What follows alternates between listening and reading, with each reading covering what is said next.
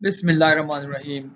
Dear students, this is lecture number 32 of the course of differential geometry, and in this lecture we are discussing about quadratic surfaces as example of surfaces.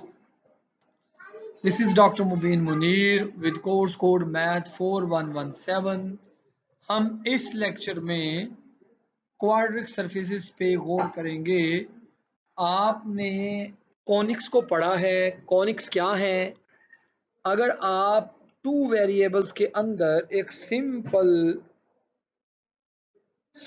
Quadratic equation को देखें, a x square plus b y square plus c x y plus d x plus e y plus some constant g equals to 0। अगर आप A B C D ई जी इनकी कोई different values लेकर देखें तो हमारे पास कुछ कर्व्स हासिल होंगे जिनको हम कोनिक्स कहते हैं, जिस तरह के पैराबोला, एलिप्स, हाइपरबोला, सर्कल वगैरह वगैरह। अगर हम टू वेरिएबल्स की बजाय थ्री वेरिएबल कर दें तो जो हमारे पास ऑब्जेक्ट हासिल होंगे वो सरफेसेस होंगी और उनको हम क्वाड्रिक सरफेसेस का नाम देंगे। तो इस लेक्चर में हम तमाम डिफरेंट पॉसिबिलिटीज को देखेंगे। A B C D E F जो भी उसमें कांस्टेंट आएंगे उनको वेरी करके हम कौन कौन सी क्वाड्रिक सरफेस हासिल कर सकते हैं। बेसिकली इस लेक्चर में हम बहुत ज़्यादा क्वाड्रिक सरफेस को फोकस करेंगे और हर एक केस में मैं उनकी पैरामीटराइजेशन भी दूंगा ताकि आप इनको ज़हन नशीन कर लें, आप इनको बैक ऑफ माइंड में रख लें ताकि कैलकुलेशन के लिए हमारी इस्तेमाल हो सके।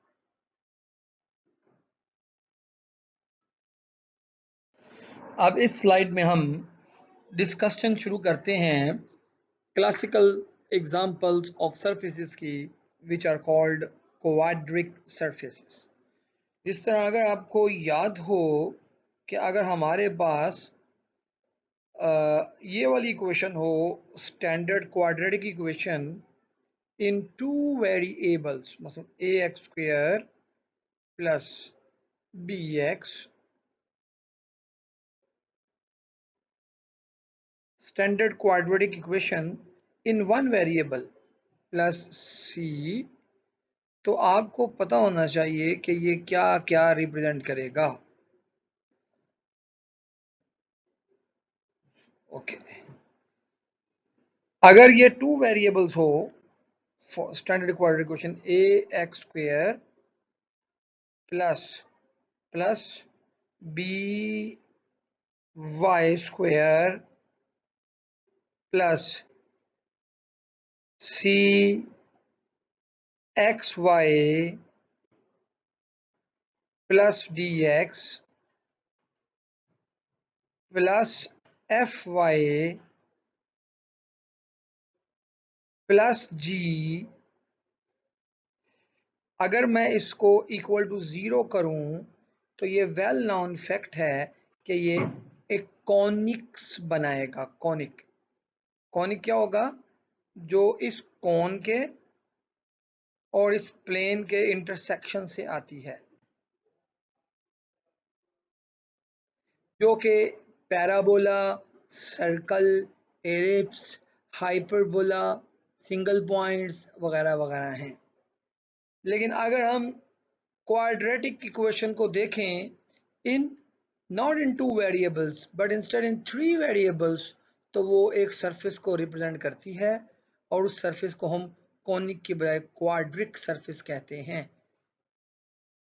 ठीक है? और the simplest level surface namely planes have cartesian equation. ये आपको पता होगा प्लेन क्या होती है, a x plus b y plus c z equal to d, where a B C d are constants. Plane आपको पता होगा प्लेन की इक्वेशन क्या होती है। अगर ये उसके ऊपर नॉर्मल हो जिसके कोऑर्डिनेट हो a comma b comma c, तो इस प्लेन की इक्वेशन ये होगी a x plus b y plus c z equals to D.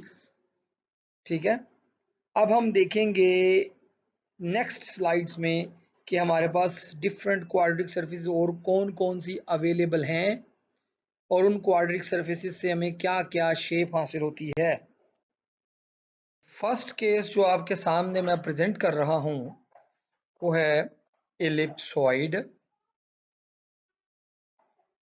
जिसकी इक्वेशन क्या है, कार्टेशियन इक्वेशन है x square over p square y square over q square plus z square over r square equals to 1, where p, q and r are x, y and z intercept of the surface ellipsoid।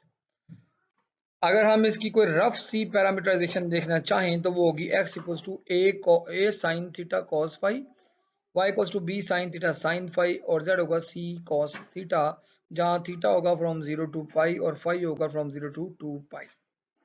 a b c यहाँ पे non zero real constants हैं। ये first surface बनी हमारे पास। Second surface वो होगी जिसकी quadratic equation, जिसकी ये शेप होगी कोऑर्डिनेट फॉर्म में x square over p square plus y square over q square minus z square over r square equals to 1। इसमें दो साइन पॉजिटिव होंगे और एक साइन माइनस होगा और ये शेप बनेगी, यानी दो साइन माइनस और एक साइन पॉजिटिव भी हो सकता है। ओके, दो साइन पॉजिटिव होंगे एक साइन माइनस होगा और ये होगा हाइपरबोलाइड ऑफ वन शीट, ये आपके सामने है। और जिस साइन के साथ माइनस होगा इसमें वो होगा एक्सिस ऑफ सिमेट्री इस हाइपरबोलाइड ऑफ वन शीट का।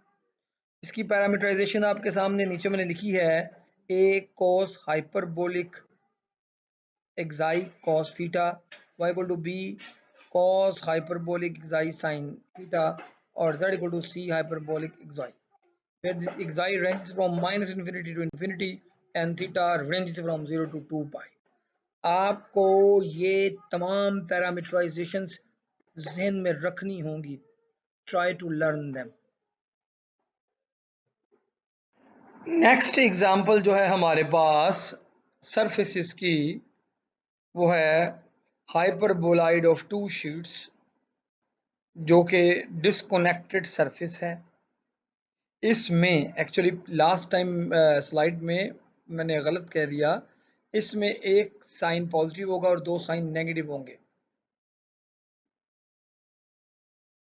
सो अगर और जो पॉजिटिव होगा वो एक्सिस ऑफ सिमेट्री होगा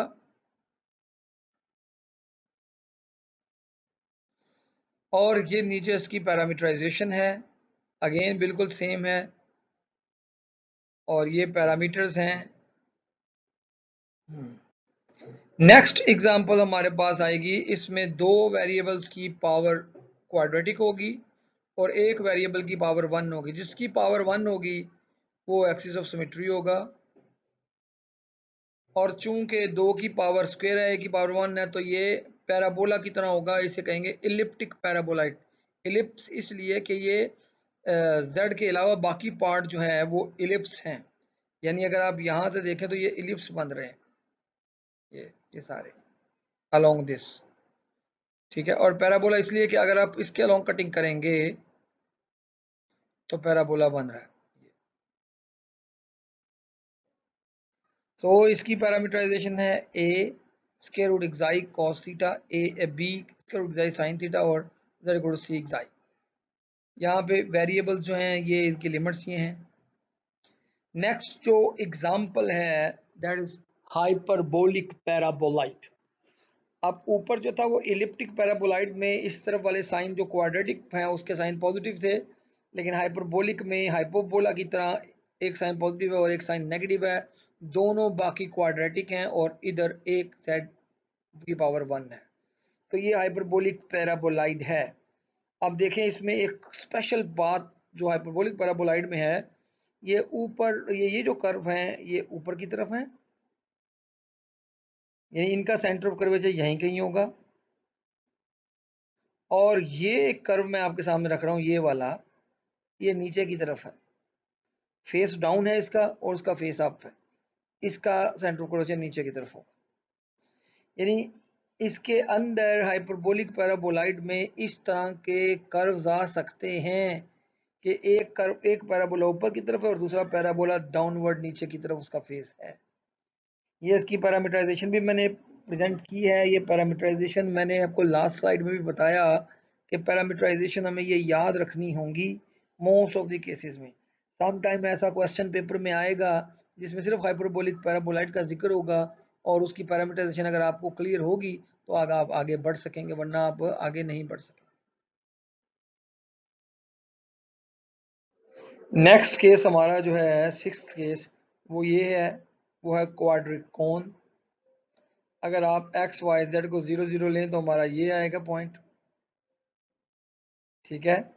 दो साइन पॉजिटिव है, एक साइन नेगेटिव है, तीनों की पावर क्वाड्रेटिक है। और बाकी केस में यहाँ कांस्टेंट 1 आता था लेकिन यहाँ कांस्टेंट 0 है। और ऊपर चलते हुए ऊपर जाएंगे तो हमारे पास ये एलिप्स बनते जाएंगे, यहाँ सर्कल्स बनते जाएंगे और नीचे भी हमारे पास सर्कल या एलिप्स बनते जाएंगे ऐसे डाउनवर्ड डायरेक्शन में भी। और इस तरह ये हमारे पास हासिल होगी क्वाड्रिक कोन हासिल होगी। नेक्स्ट ये केस है जिसमें हमारे पास एलिप्टिक सिलेंडर हासिल होगा, ये वाला, ये एलिप्सिस है इस तरह के और है इसकी total shape cylindrical, then this is called elliptic cylinder. Eighth case है हमारे पास जिसमें हम hyperbola x square over p square minus y square और क्यू स्क्वायर इक्वल टू 1 को देख रहे हैं किसमें, R3 में। जब R3 में इसको देखेंगे तो ये एक सरफेस बनेगी जो हाइपरबोलिक सिलेंडर कहलाएगी और ये भी डिस्कनेक्टेड सरफेस होगी, इसके दो पीसेस होंगे जैसा कि फिगर से ही आपको प्रेजेंट हो रहा है, नजर आ रहा है।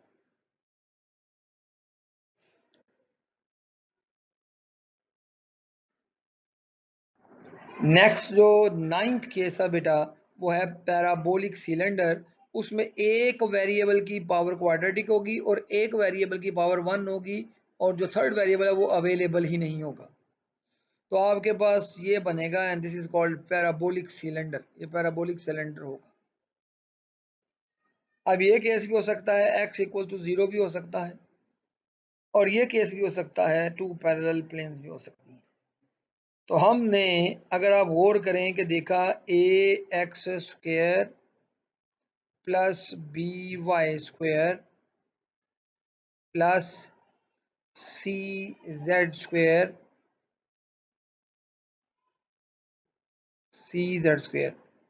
प्लस dy हमें क्वाड्रेटिक चाहिए, हम तीन वेरिएबल नहीं ले सकते, प्लस EYZ प्लस FZX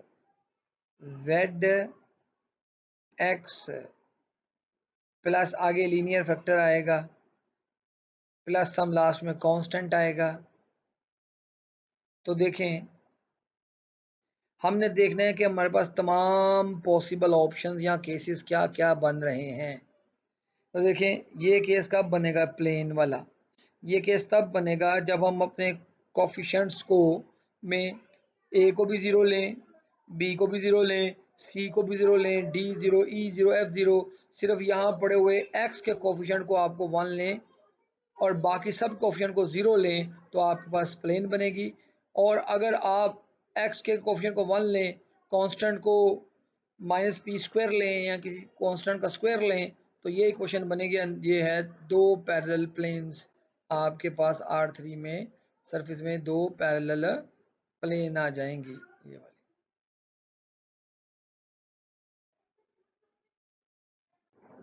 अगर हम इसी स्टैंडर्ड कोऑर्डिनेट क्वेश्चन को देखें तो नेक्स्ट केस ये भी हमारे पास हासिल हो सकता है जिसमें एक्स स्क्वायर का कोफिशिएंट को हमने नॉन जीरो रखा, वाई स्क्वायर कोफिशिएंट को हमने नेगेटिव लिखा और नॉन जीरो रखा और बाकी तमाम कोफिशिएंट को जीरो रखा। तो ये जो हमारे पास दो इंटरसेक्टिंग प्लेन्स आएंगी ऐसे, ये एक प्लेन ये है और एक प्लेन ये हो सकती है, ये दो इंटरसेक्टिंग प्लेन हासिल हो सकती है, ठीक है। और अगर हमारे पास x और y दोनों के कोफिशिएंट के स्क्वायरों का 1 1 रखें या कोई कांस्टेंट रख लें और बाकी सबको 0 रख लें तो हमारे पास ये आएगा, और ये हमारे पास स्ट्रेट लाइन की इक्वेशन होगी R3 के अंदर, ये स्ट्रेट लाइन बनेगी R3 में। और अगर हम क्वाड्रेटिक ax² + by² + cz² में a1 b1 और c1 रखें, बाकी सारे 0 रख लें तमाम, तो हमारे पास ये आ जाएगा। और उसको सेटिस्फाई करने वाला सिर्फ सिंगल एक पॉइंट है, और वो ये वाला पॉइंट है ओरिजिन।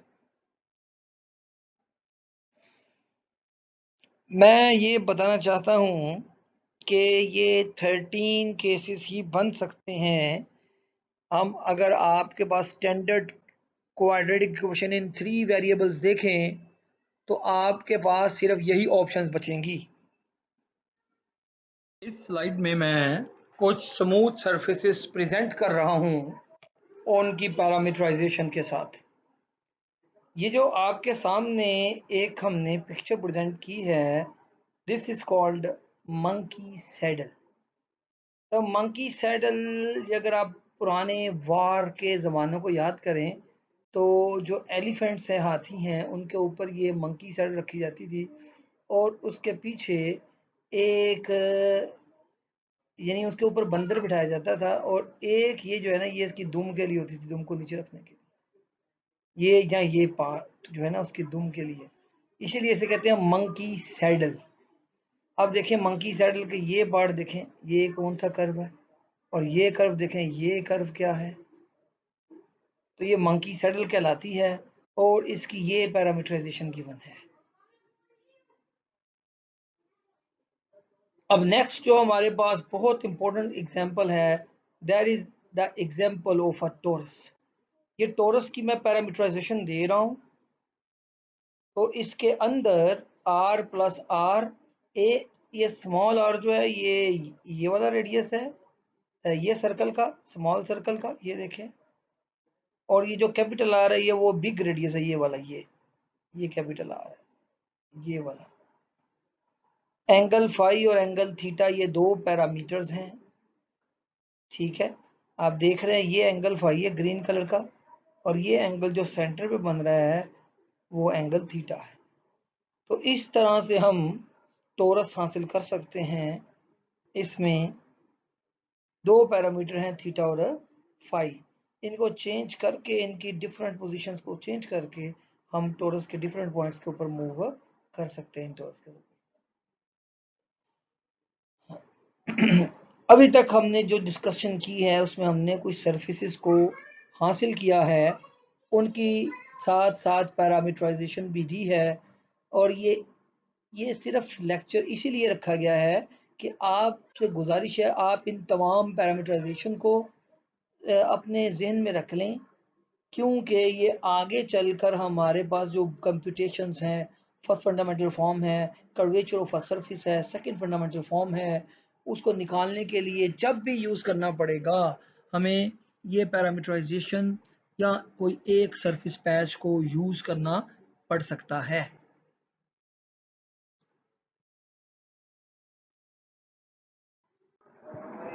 इसमें मैं इस स्लाइड में एक सरफेस प्रेजेंट कर रहा हूं, that is called Mobius strip.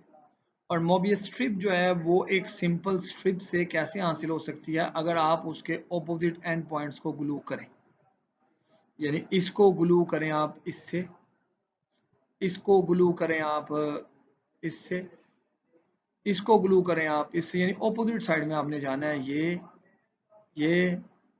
ये लें, और आपके पास ये मोबियस स्ट्रिप हासिल होगी। तो मोबियस स्ट्रिप की पैरामीटराइजेशन ये सिग्मा मैंने दी है, दो पैरामीटर्स हैं टी और थीटा, वो इसमें यूज हो रहे हैं। और ओपन सेट जो है वो उसमें टी जो होगा -1/2 से 1/2 होगा, और थीटा उसमें 0 से 2 पाई होगा, और यू टिल्डा उसमें होगा -1/2 से 1/2, और थीटा होगा -पाई से पाई। अगर मैं ये ओपन सेट ले लूं तो ये ओपन सेट सिग्मा अंडर ये दो पैचेस बनाएगा, तो लिहाजा मेरे पास एक एटलस हासिल होगा, और उस एटलस में मेरे पास दो चार्ट्स होंगे, एक होगा सिग्मा यू वाला और एक होगा सिग्मा यू टिल्डा वाला, और इस तरह से मेरे पास मोबियस स्ट्रिप के लिए एक एटलस बनेगा। मोबियस स्ट्रिप की बहुत अहम फीचर जो हम आगे पढ़ेंगे वो है नॉन ओरिएंटेबिलिटी, कि ये इसके नॉर्मल्स हैं, ये ग्रीन कलर में मैं शो कर रहा हूँ, ये नॉर्मल चलते जा रहे हैं, और जब आप एक राउंड ट्रिप पूरा करके आते हैं तो नॉर्मल नीचे की डायरेक्शन में आ जाते हैं, ना के ऊपर, और डबल चक्कर के बाद, 2 चक्करों के बाद नॉर्मल दोबारा अपनी पोजीशन में वापस आता है। तो ये नॉन ओरिएंटेबिलिटी की इलामत है, साइंस है, इसको हम फर्दर स्टडी करेंगे नेक्स्ट लेक्चर में, नॉन ओरिएंटेबल सरफेसेस को।